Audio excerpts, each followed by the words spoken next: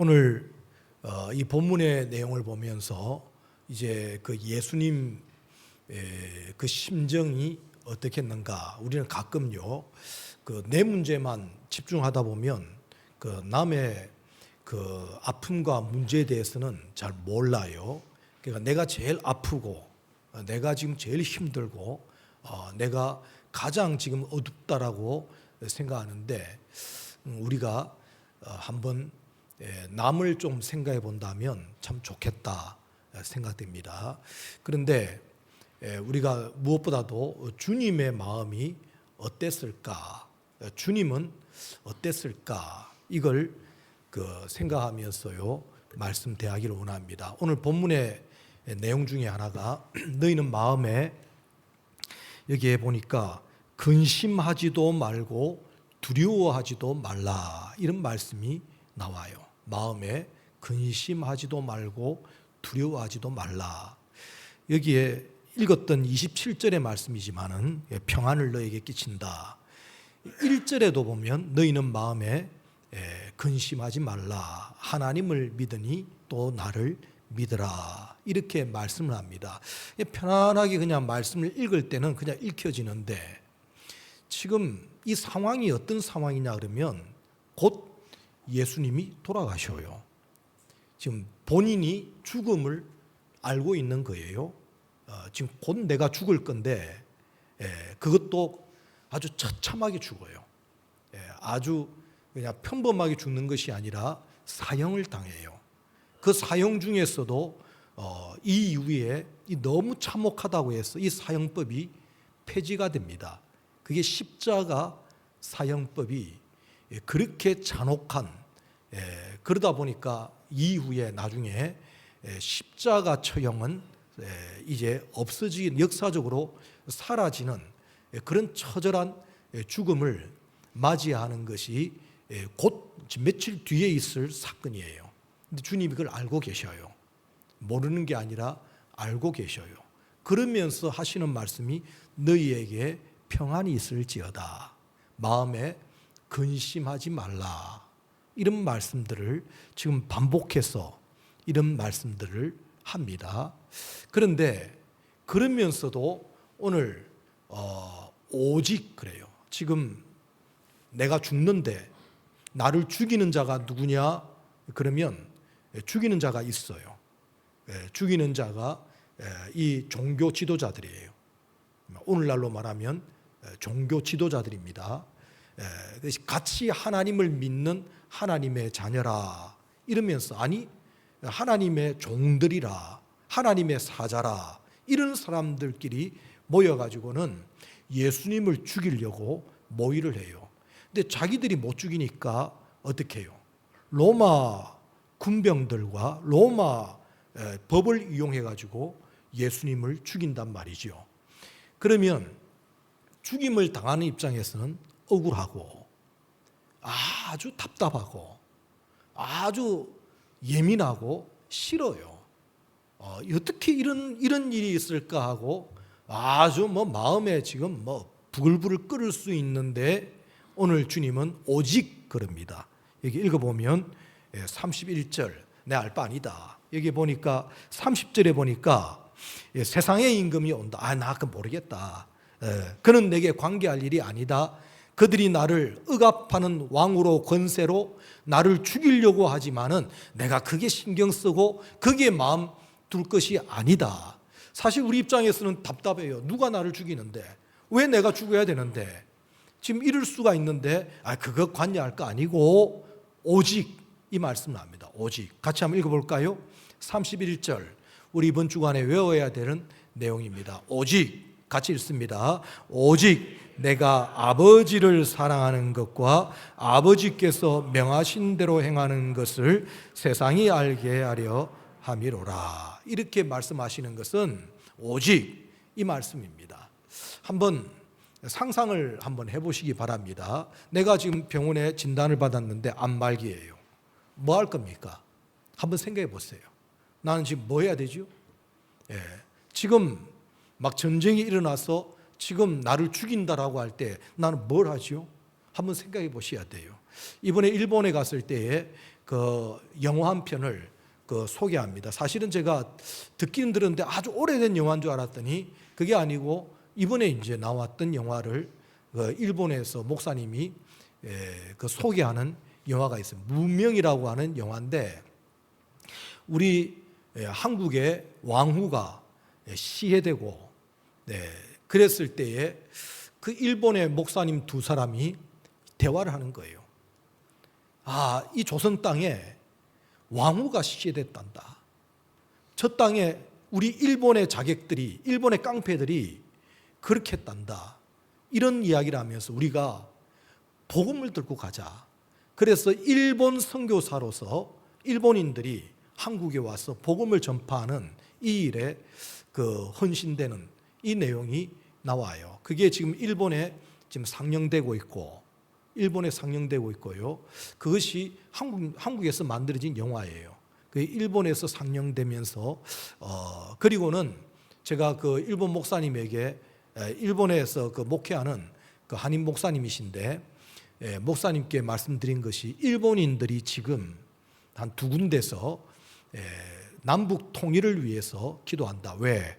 일본 때문에 남북이 쪼개졌으니까 그걸 갖다가 마음에 아파하면서 우리 책임이다 이러면서 우리가 한 달에 한 번씩 남북 통일을 위해서 기도하듯이 한 달에 한 번씩 기도 제목이 뭐냐 그러면 남북 간 통일이 이루어지게 해 주십시오라고 기도하는 일본인들이 있다라고 그 이야기를 나눴어요. 아마 처음 듣는 이야기일 겁니다.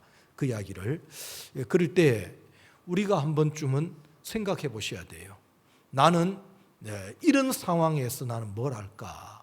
이걸 우리가 늘 생각하는데, 오늘 본문에는 오직이라고 이야기하면서 주님은 지금 내가 죽고 사는 문제, 그것보다는 나는 하나님 아버지를 사랑하는 것, 그리고 그 명하신 것, 내게 명령하신 것을 순종하는 것, 여기에만 내가 마음을 쏟겠다. 예수 안 믿는 사람들도 이런 말을 해요. 세상에 지금 멸망이 온다 하면 나는 한 그루의 사과나무를 심겠다.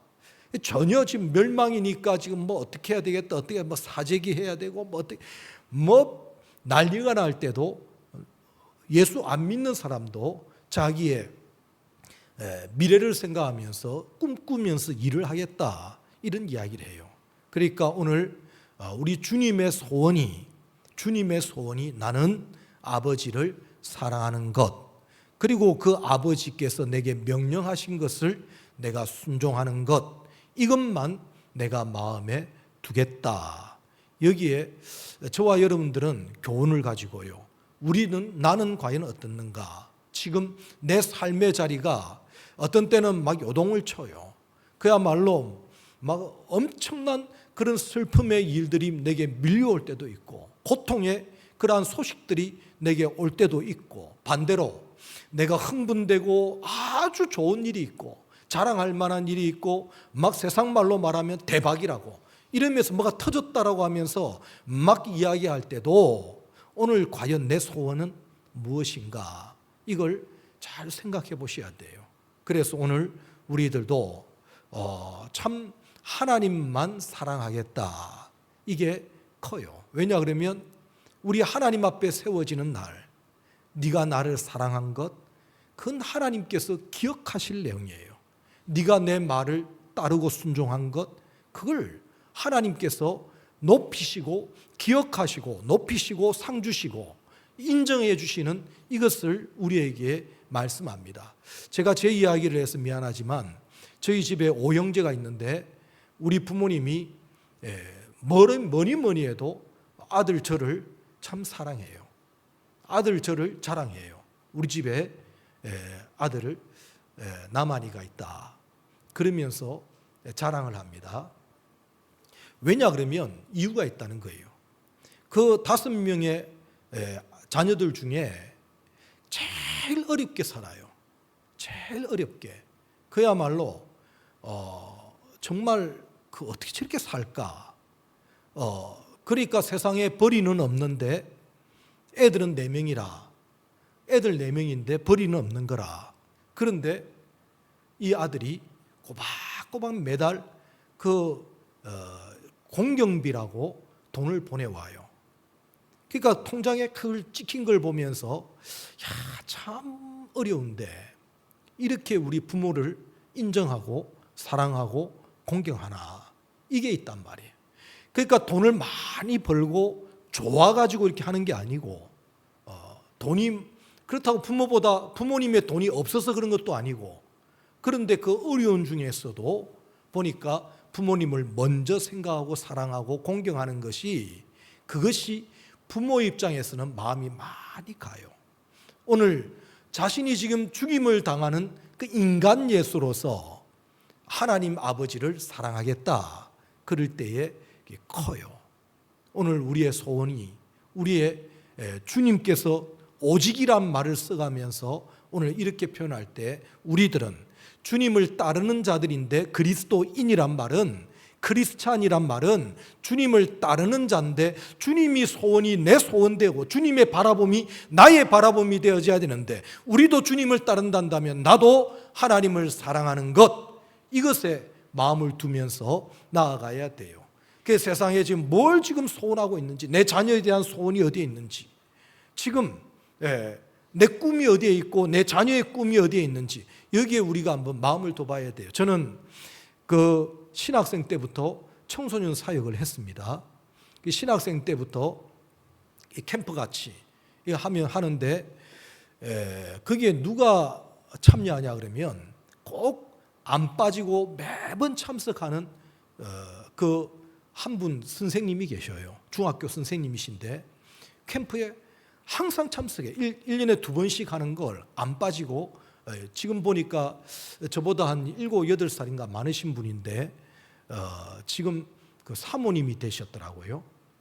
사모님이 되셨는데 가끔 제가 그분 그 영상을 보면서 참 곱게 나이가 드셨다. 근데 이분이 논산중학교라고 하는 논산에서 아이들을, 여중생들을 데리고 꼭 참여를 해요. 근데 이분의 그 한마디가 참 마음에 많이 와닿습니다. 학생 때부터 하나님을 발견하고 하나님을 사랑함으로 사는 인생이 얼마나 귀한지. 아이들의 꿈은 대부분 다 뭐가 되겠다는 거예요. 나는 의사가 되겠다, 나는 군인이 되겠다, 나는 사업을 하겠다, 전부 이런 꿈을 가지고 있지만은 어릴 때부터 하나님을 사랑하는 마음으로 이 일 저 일을 할 수 있단다면 그 선생님의 바람이에요. 저는 교사 선생님들 보면서 참 귀하다. 그때 제가 신학생이지만은 참 귀한 선생님이시라, 그걸 그 생각을 했어요. 우리가 한번 보셔야 돼요. 부모의 꿈이, 내 자녀의 꿈이 어디에 있는지, 자녀를 바라보는 게 뭐가 있는지. 좋은 점수를 얻어서 좋은 학교를 진학하고 좋은 직장에 들어가고 가정을 이루고 뭐 하려고 그래요? 그 끝은 뭔데? 그 나중에 뭐가 되는데? 영원히 하나님께서 기억할 것은 그 어려운 상황 속에서, 아니 그 좋은 환경 속에서 네가 나를 사랑했다는 것, 네가 나를 바라봤다는 것, 이것을 하나님께서는 심판날에 그걸 보실 거고 그걸 인정하실 것이고 그것을 높이실 것인데, 우리는 하나님 앞에 세워지는 나와 우리의 온 자녀들을 생각하지 아니하고 그저 세상의 관점을 가지고 나아갈 때 안타깝고 오히려 위험한데 어떻게 하려고 그래요? 어떻게 하려고 그래요? 저는 우리 목사님 중에 한 분이 아들 중에 그 미국의 주립대학의 교수로 되어 있는 그 아들 이야기를 합니다. 아들 이야기를 해요. 참 그 집에 아들 3명 중에 딸이 하나 있는데 딸은 아예 진학도 못했어요. 그러니까 초등학교 출신입니다. 너무 어렵다 보니까 중학교를 못 갔어요. 그리고 그 아들 중에 한 명은 아예 공부를 잘했어요. 잘했는데도 다른 아들이 공부를 더 잘하니까 이 아들 때문에 고등학교를 공고를 가게 되고 졸업하자마자 막노동에 들어가게 되고 그렇습니다. 근데 아들 하나는 정말 공부를 열심히 하고 그러다 보니까 그 미국의 주립대학 교수로 자리를 잡았어요. 그런데 그 아버지 목사님이 하시는 이야기가 가장 아픈 아들이에요. 미국에 있는 아들이 가장 아픈 아들이에요. 가정은 깨졌죠. 가정 깨졌어요. 그리고 미국에 한번 가봤더니 아들 얼굴 보기가 힘들어요. 얼마나 그 사회에 쫓겨다니는지. 그러다 보니까 신앙은 어디가, 목사 아들이지만 신앙은 어디 갔는지 모르겠고, 하나님이 어디 있어요? 없어요. 아들에게. 그리고 아들이 그 세상에 푹 빠져가지고, 그래 있는 사람들은 볼 때 다른 사람 다 이야기해요. 아들이 미국의 주립대학의 교수로 되어 있으니까 박수치고 한다지만 양심을 걸고 이야기하는 거예요. 나는 실패했다는 거예요. 오히려 그 아들을 볼 때마다 실패했다는 거예요. 오히려 초등학교밖에 못 나온 딸이 끝까지 아버지 옆에서 그 힘써 아버지를 복양하는 모습이 지금까지 나와요. 가끔씩 제가 그 따님에게 용돈을 보냅니다. 따님도 연세가 많아요. 지금 저에 비해서는. 그래서 그 남편도 돌아가시고 그러면서 어머니도 돌아가시고 그 아버지 지금 남으셨는데 보니까 그 아픈 허리를 안고 아픈 허리를 가지고는 그 아버지를 복양할 때에 제가 그 마음에 가요. 가끔씩 제가 돈을 보내면서도 힘을 내시라고, 좀 맛있는 거 드시라고 이러면서 이게 할 때 그 따님을 볼 때 그런 마음이 드는 거예요. 그 아버지 입장에서는 남아 있는 게 내 딸 하나다. 딸 하나는 초등학교밖에 안 나왔지만은 그가 아버지를 사랑하는 것과 헌신하는 것은 그 참 이루 말로 표현을 못하는 겁니다. 여러분들 부모 입장에서 봐도 마찬가지일 거예요. 세상에 어떤 성공자가 되어져서 능력자가 되고 권세자가 된다 한들 그 마음에 부모가 없다 한다면 무슨 의미가 있습니까? 무슨 의미가 있어요? 가만히 생각해 보세요. 그러니까 우리가 하나님을 사랑한다는 것, 우리 하나님 앞에 세워지는 날, 네가 세상에서 어떻게 높아졌고 뭘 가졌고 어떻게 네가 이렇게 사람 앞에 인정받는다 할지라도 나는 너를 도무지 알지 못한다 하면 끝장나버리는 거예요. 그러므로 저와 여러분들은 오늘 오직이란 말을 써가면서 지금 상황이 지금 나를 죽이려고 하고 지금 내가 이런 억압된 이런 상황 속에서도 나는 아버지를 먼저 생각하고 아버지를 사랑하고 그의 명령하신 것을 따르겠다. 그의 명하신 게 뭔데요? 그의 명하신 것은 바로 하나님의 큰 구원 계획 가운데서 죽어야 돼요. 제물로 바쳐져야 돼요. 지금 이게 지금 남들은 나를 미워하고 남들은 나를 죽이려고 하지만 이것이 아버지 하나님의 뜻이라고 한다면 그 미워하는 그게 마음 빼앗기지 않겠다 이겁니다. 이것이 나중에 스데반이라고 하는 집사, 스데반의 집사도 마찬가지예요. 스데반 집사도 돌을 들고 이 스데반을 쳐 죽여요. 그 돌무덤을 만들어버리고 사형에 공개 처형을 당합니다. 그런데 그 때려 죽이려고 하는 그 사람들의 그 얼굴 눈빛은요 다 살인자들이잖아요. 다들 그 막 죽여라 그러는데 막 그 돌멩이를 던지는데 그 얼굴을 한번 생각해 보세요. 그 한 사람 한 사람의 얼굴이 얼마나 악독한지. 살인자들의 눈빛입니다. 그런데 그게 개의치 않겠다는 거예요. 뭐가 보이느냐? 서서 맞이하시는 주님을 환상으로 보는 거예요. 자기는 좀 죽어가면서도.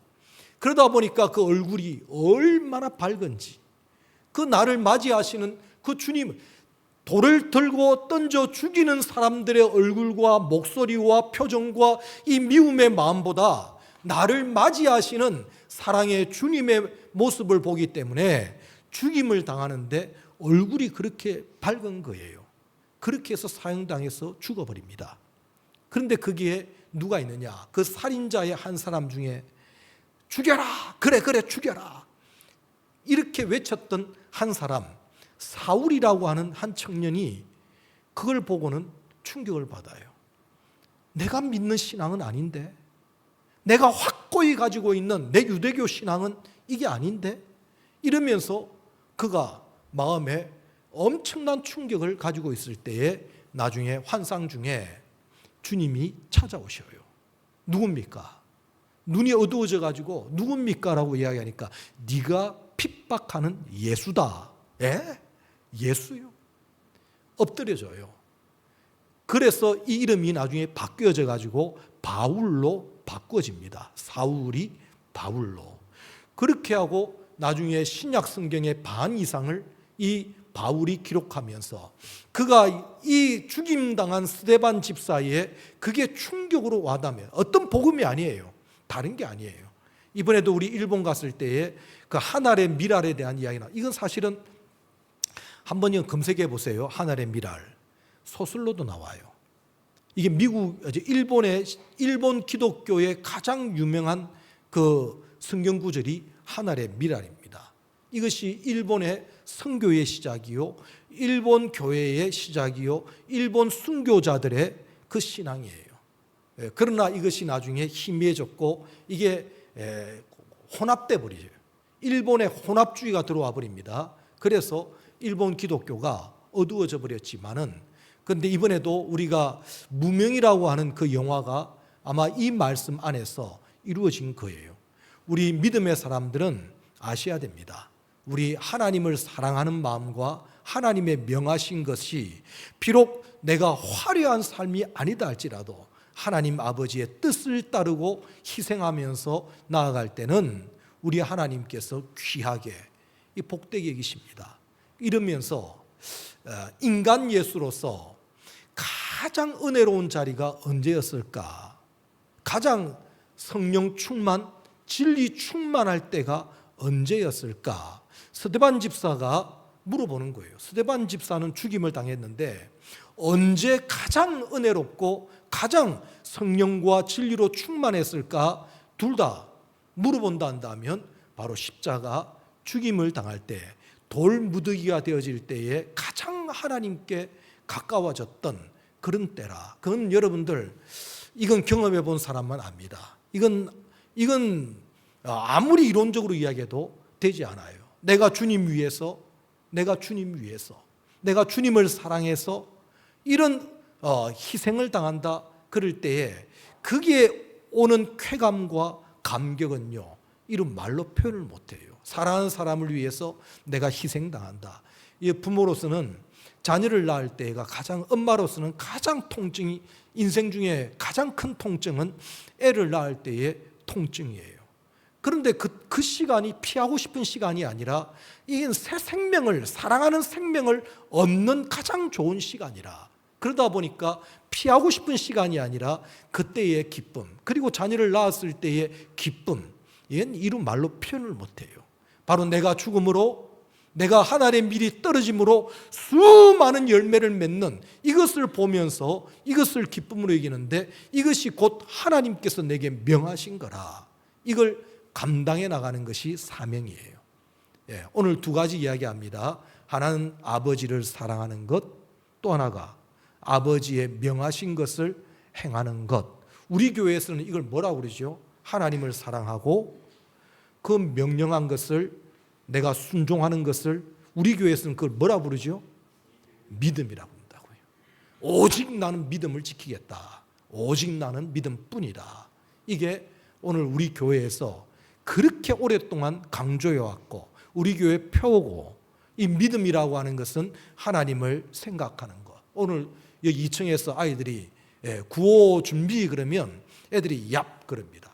한번 물어보세요. 아이들 오면, 어린 아이들 보고. 저 동화도 알아요. 동화보 구호 준비 그러면 얍 이라고 있어요. 그 다음에 구호 시작 그러면 하나님 생각, 하나님 말씀의 순종, 여기 나와요. 애들이 입에서 나와요. 그게 믿음입니다.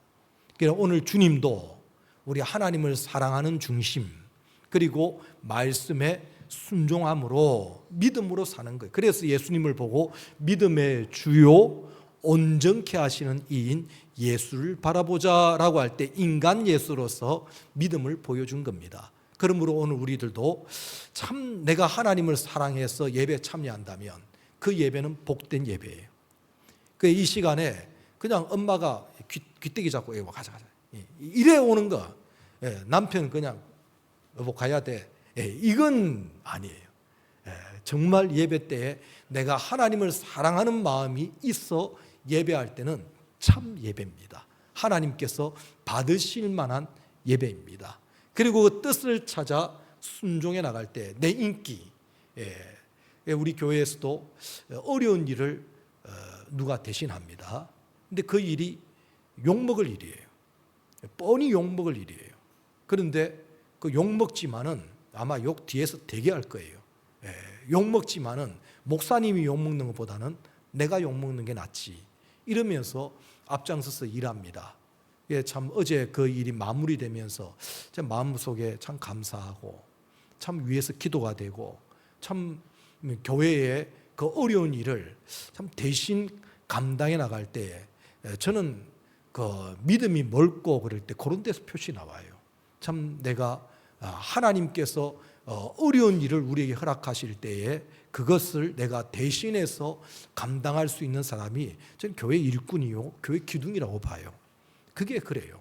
그러니까 오늘 우리 하나님 앞에서 나는 어떤 순종을 해봤는가, 나는 내가 할 만해서 하는 것이 아니라 할 수 없지만 주님이 원하신다면, 주님이 뜻하신다면 하고 순종해 나갈 때 거기에서 얻어지는 것이 커요. 그래 오늘 우리가 한번 주님께서 이렇게 하신 것 같이 우리도 이 길을 걸어갈 때 우리에게는 반드시 유익이 있습니다. 수입이 있습니다. 주님도 이런 일에 유익과 수입이 있습니다. 오늘 우리에게 어떤 유익이 있느냐, 어떤 수입이 있느냐 그럴 때에 사람이 바뀌어져요.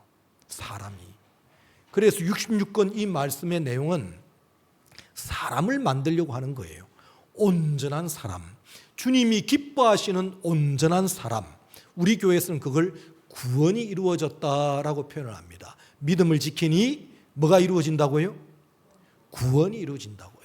믿음을 지키니 사람이 하나님의 사람, 진리의 사람, 성령의 사람으로 변화되어져 가는 것이 참 수입입니다. 하나님께서 이 땅에 우리에게 보내신 것은 왜 이 땅을 살라 하시느냐, 이 광야 같은 세상을 왜 살게 하느냐 그럴 때 하나님의 사랑을 발견하고 하나님의 사랑의 사람, 하나님의 은혜를 발견하고 그 은혜의 사람, 하나님의 뜻, 하나님의 진리의 말씀을 발견하고 진리의 사람으로 바뀌어지는 것이 그게 참 수입이라 오늘 우리가 알아야 돼요. 교회는 다녀요. 기도도 해요. 오늘 그러나 사람이 안 바뀌어진다는 것이 불행이에요. 고통이에요. 목회자의 고통이에요. 교회를 다니는데 내나 그 사람이 그 사람이라 안 바뀌어진다는 거예요. 그게 어렵다는 겁니다. 주님의 마음을 조금이라도 알아가면서 내가 주님의 뜻이라고 한다면 내가 이런 희생을 하면서 이런 어려움을 겪으면서 내가 얼마만큼 주님 때문에 땀 흘리며 수고하며 헌신해 봤는지 이거 아셔야 됩니다. 이 여름을 통과하면서요 저는 늘 생각하고 기도하는 거예요. 참 일본에 다녀오지만은 또 이번에 우리 아이들을 위해서 지금 2층에서 땀 흘리면서 수고하는 교사들이 있습니다. 저 땡볕에 저걸 설치한다고요. 얼마나 땀을 흘리면서 일하는지. 또 위로한다고 시간 내가지고 와서 또 뭐 아이스크림을 사놓고 또 뭘 간식으로 준비하고 이런 것들이 다 어느 누구인들 시간이 뭐 남아돕니까? 어느 누구인들 물질이 남아돕니까? 이렇게 주님을 위해 수고하는 종들을 위해서 이렇게 섬기며 나아갈 때에 그게 교회의 기둥이고 교회의 일꾼이에요. 오늘 우리 하나님 앞에서 한번 생각해 보셔야 돼요. 하늘나라의 기둥은 누구냐? 하늘나라의 집을 누가 세워나가느냐? 나를 위해, 나를 사랑하고 내 뜻을 위해서 희생한 사람이 있어서 아니에요. 내가 많아서 그런 게 아니에요. 정말 가만히 보면 그게 있어요. 우리 하나님 앞에서 그 어렵지만은 사랑하는 거예요. 아까 말씀했지만은 아들들이 있고 딸들이 있는데 가장 어려운 아들이 아무리 따져봐도 아무 그 수입도 없고 수입원이 없어요. 이 시골에서 목회하는데 뭐가 있겠어요. 그런데도 꼬박꼬박 통장에다가 돈을 넣어주면서 그럴 때에 그 아버지는 참 어머니는 마음이 가는 거예요. 참 이 어려운 중에서도 먼저 부모님을 사랑하고 이게 있단 말이죠. 우리 하나님께서도 마찬가지예요. 여유가 있고 그야말로 힘이 있어서 하나님을 섬기는 것이 아니라 있는 힘을 다해. 그래서 너희는 마음을 다해, 뜻을 다해, 성품을 다해. 이건 있어서 뭐 풍요로워서 그런 게 아니에요. 그게 있는 것을 다 하는 거예요. 우리 하나님께서 그걸 기뻐하셔요. 어떤 분은 결혼하기 전에 정말 뭐 아무것도 없는데 있는 걸 다 바칩니다. 제가 우리 교회에 그런 청년이 있어요. 결혼하기 전에 아무것도 없지만 있는 걸 다 바쳐요. 그리고는 나중에 결혼할 때 보니까 그 아무것도 없으니까 숟가락을 누가 사줘야 돼요. 그 리스트를 뽑아요. 숟가락을 누가 사줬고 밥상은 누가 사줬고 그걸 쭉 리스트를 이렇게 적어나가면서 나는 평생 빚진 자다. 이런 마음을 가지고 살아가는데 결국은 하나님께서 채워주셔요. 채워주셔가지고는 이제는 어떻게 베풀까, 어떻게 나눌까 이러면서 어떻게 섬길까 이런 마음이 커지는 거예요. 그러다 보니까 뭐 얼마나 감사한지 그게 있어요. 어린 나이에 젊은 나이에 베푸는 사람으로 도와주는 사람으로 이제 바뀌어진 것을 보면서 그렇지 하나님께서 주시는 이 사람의 은혜가 있습니다. 자, 이게 본수입이고요. 부수입이 있어요. 자, 이거는 왜 말씀드리냐 그러면 이게 지금 뒤죽박죽돼 있어요. 부수입이 뒤죽박죽돼 있습니다. 이게 지금 기독교의 아주 타락이죠. 부수입과 본수입을 지금 부수입은 없어도 돼요. 없어도 됩니다. 연봉이 얼마예요? 보너스가 있어도 되고 없어도 돼요. 있으면 좋지요. 근데 이 보너스를 갖다가 오히려 더 막 크게 생각해 가지고 그럴 때는 아닌데 본수입이 제일 크고 부수입은 따로 있는데 그 부수입 세 가지를 지금 소개하고 싶어요. 하나가 뭐냐 그러면 그 부수입 중에 그 하나가 뭐냐 그러면 행위가 바뀌어진 거예요. 사람이 보니까 말이 바뀌어졌네. 말. 전에는 거친 말이었고 남을 찌르는 말이었는데 보니까 지금은 사람의 말이 좀 부드럽기도 하고 온화해지고 말이 달라졌어요. 행위가 달라졌어요. 사람 사는 게 어떻게 사람이 저렇게 달라졌을까? 행위가 달라졌어요. 두 번째 보니까 뭐가 달라졌냐 그러면 생애가 달라졌어요. 생애. 전에는 자기를 위해서, 물질을 위해서, 세상을 얻기 위해서 그런 삶을 살았지만 이제는 삶이 달라졌어요.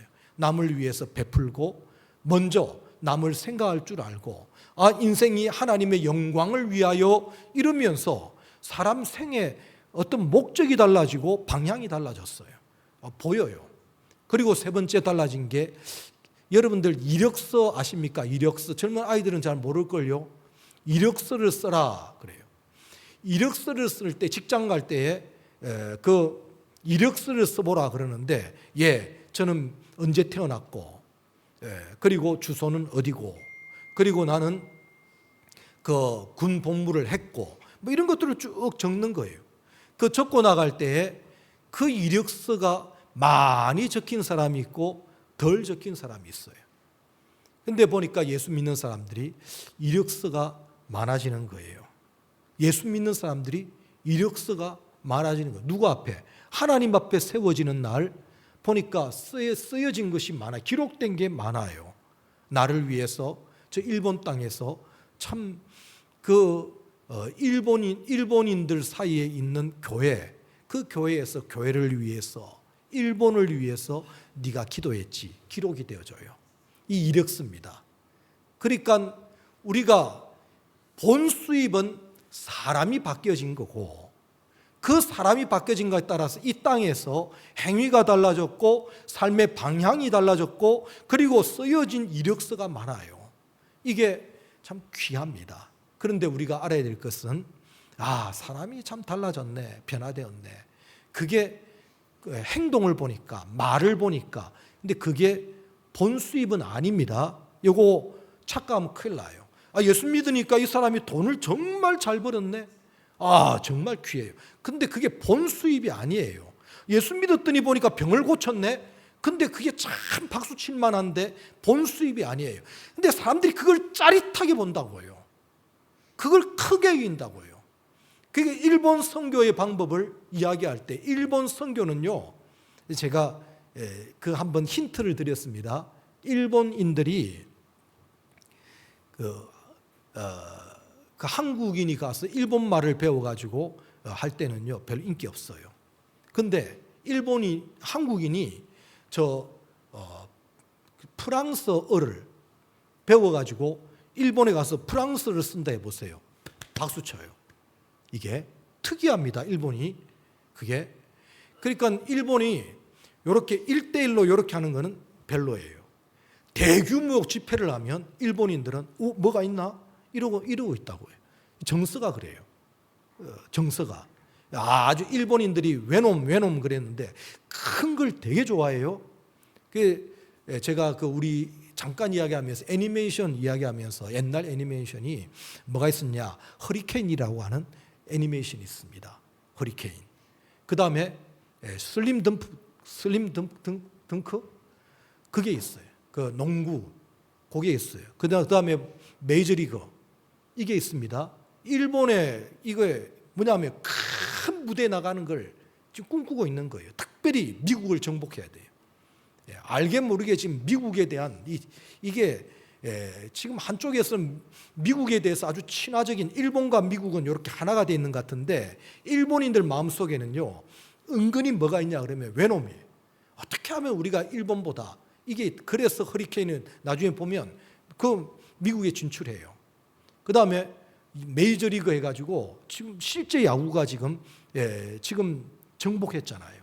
그 다음에 이제 일본도 지금 야구뿐만 아니라 지금 축구도 그렇고 모든 것을 지금 미국이라는 것을 겨냥해가지고 뛰어넘으려고 하는 게 기본적으로 깔려 있어요. 알게 모르게. 이런 것들이 옛날 어른들이 일본 일어난다 이런 말들이 그런 그 뜻이 있어요. 가만히 보면 그런 욕심들이 있다고요. 그러니까 복음 전파하려면 그 하용조라고 하는 목사님이 그래서 이 한국에 있는 유명한 스타들을 다 끌어모아가지고 일본에 대형 집회인 거예요. 그나마 그렇게 해가지고 일본인들이 우와 모이기 시작해서 그나마 0.7%가 되어진 것은 그런 배경 중에 하나가 있어요. 그런데 그 생명 오래 못 갑니다. 제가 복음은 그렇게 전하는 게 아니라고 그랬어요. 예수 믿는 것은 굉장히 흑백이에요. 굉장히 이게 일본인들이 추구하고 있는 그 대형적인 이런 것이 아니라 오히려 1대1로 가서 인기 없지만은 그게 생명력이 있어요. 저는 우리 침례교단이 참 좋은 게 그거예요. 옛날 장로교와 감리교들은 이렇게 모여가지고 나누었어요. 땅을, 영역을 나누었습니다. 그렇게 하면서 막 크게 막 했습니다. 근데 침례교는 저쪽에 논산, 강경, 부여, 강경 이러면서 저 바다 쪽으로 쭉 그다음에 저 포항 쪽으로 쭉 해서 울릉도 21개 교회 중에 21개가 다 침례교회였어요. 저 구석구석으로 다닌 거예요. 울진 이렇게 하면 침례교가 저기 바닷가로 이렇게 돼 있어요. 그러다가 지금 침례교는 우리나라에서 교단에 몇 개 손가락 안에 들어요. 지금 바꿔진 거예요. 그렇게 무명처럼 이렇게 다녔는데 오히려 지금은 거꾸로 됐어요. 그러니까 제도 안에서 정치 안에서 이렇게 하면서 병원을 세우고 학교를 세우고 침례교는 하나도 없잖아요. 그게 부산에 침례병원이라고 하나 있었지만은 뭐 보잘품 없었고 전부 다가 그렇게 막 관료적이고 크게 이렇게 했는데 그 생명이 떨어져요. 지금은 오히려. 그런데 이름 없이 저 바닷가에서 1대1로 이러면서 다니는 게 침례교가 지금 어떻게 이리 됐는지 상상이 안 가요. 그래서 저는 생각할 때 화려하고 큰 거 그런 구하지 말고 그게 1번이라고 자꾸 생각하는 거예요. 교인이 많아야 됩니다. 목사님 교회가 많아야 설교도 힘이 날 거 아닙니까? 몰라도 그렇게 모른가? 주님의 역사를 그렇게 모르는가? 목사님 사람이 많으면 목사님 힘나는 거 아닙니까? 사람이 적으면 목사님 힘 빠지는 거 아닙니까? 누구 보고 하는 말이에요? 그 어떤 신앙을 그렇게 배웠어요? 잘못 배웠어요. 그 정말 거꾸로 알고 있어요. 한 명이라도 주님의 복음으로 똘똘 뭉쳐진 한 명이란다면 커요. 우리 교회 안에 단 한 명이라도 다니엘 같은 인물 하나만 나와도 요셉 같은 인물 하나만 나와도 저는요 크게 생각해요. 일당백이라는 말이 있습니다. 그렇기 때문에 어떻게 전부 세상 복음만 알아가지고 커야 되지 않습니까? 이러면서 자꾸 유혹하는 건데 넘어지면 안 돼요. 우리 넘어지면 안 됩니다. 정말 우리는 작은 모임 같지만 하나님이 함께 하시면, 두세 사람이 함께 하시는 하나님이 계시단다면, 그 생명력의 은혜가 있단다면 그게 크고 귀합니다. 그러니까 껍데기만 자꾸 이야기하는 거예요. 사람의 이력이 크다, 사람의 행동을 봐라, 자꾸 이런 쪽을 이야기하는데 그건 부수입이라니까요. 본수입이 아니라니까요. 예수님은 그렇게 사라져버렸어요. 스데반은 그렇게 사라져버렸어요. 누가 역사의 인물로, 역사적 정기로 누가 이야기를 합니까? 그렇게 드러날 만한 게 없어요. 그러나 우리 하나님께서 크게 보시고 일어서서 맞이할 정도니까요. 하나님께서 보시는 게 있다고요. 하나님께서 맞이하시는 게 있다고요. 우리가 그 일을 걸어갈 때에 하나님께서는 부수입으로 안 줄 수도 있지만, 보너스 안 줄 수도 있지만 하나님께서 주시는데, 너무 이것을 자랑하고 간증하지 말고 내 속에 이루어진 하나님의 은혜 역사, 전보다 훨씬 더 가까워진 하나님의 은혜 역사, 참 전에는 내가 말로만 들었는데 지금은 귀로 들었던 것이 눈으로 본 바가 되어지는 이 신앙이 크고 귀합니다. 우리 같이 한번 이런 은혜 안에서 우리도 오직 할 일이 두 가지, 하나님을 사랑하는 것과 그 계명을 지키는 것, 이것을 우리가 66권 말씀의 흐름은 요 두 가지입니다. 66권 이 말씀은 요지가 뭐냐, 주제가 뭐냐, 하나님을 사랑하라, 그리고 그의 계명을 지켜서 이웃을 사랑하라. 이게 66권 전 성경이고, 그렇게 한번 읽어보셔야 돼요. 66권 말씀을, 요거 다른 관점을 읽으면 아무것도 안 보입니다.